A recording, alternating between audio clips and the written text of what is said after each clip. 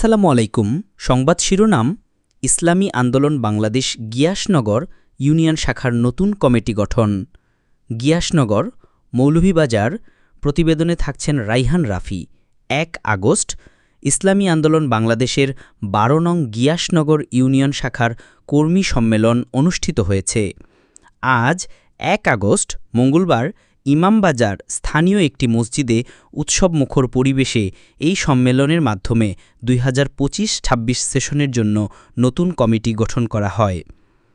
কর্মী সম্মেলনে উপস্থিত সদস্যদের প্রত্যক্ষ ভোটে বিশিষ্ট ইসলামী চিন্তাবিদ মাওলানা ইমরান মাহতাবী হাফিজুল্লাহকে সভাপতি এবং মাওলানা গুলজার মাহতাবীকে সহসভাপতি এবং মাওলানা নূরে আলম সাহেবকে সাধারণ সম্পাদক হিসেবে নির্বাচিত করা হয়। অনুষ্ঠানে প্রধান অতিথি হিসেবে উপস্থিত ছিলেন ইসলামী আন্দোলন বাংলাদেশ মৌলভীবাজার জেলা শাখার সেক্রেটারি জনাব ইসহাক আহমেদ। বিশেষ অতিথি হিসেবে উপস্থিত ছিলেন সংগঠনের উপজেলা শাখার নেতৃবৃন্দ। প্রধান অতিথির বক্তব্যে তিনি বলেন, তৃণমূল পর্যায়ে সংগঠনকে শক্তিশালী করার মাধ্যমেই দেশের প্রতিটি প্রান্তে ইসলামের সুমহান আদর্শ পৌঁছে দেয়া সম্ভব। আমি আশা করি নবগঠিত কমিটি সততা ও নিষ্ঠার সাথে তাদের দায়িত্ব পালন করে গিয়াসনগর ইউনিয়নকে একটি মডেল হিসেবে উপস্থাপন করবে।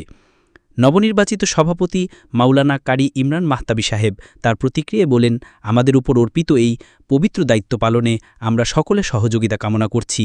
ইউনিয়নের প্রতিটি ওয়ার্ডে সংগঠনকে সুসংগঠিত করে একটি আদর্শ সমাজ বিনির্মাণে আমরা কাজ করে যাব ইনশাল্লাহ।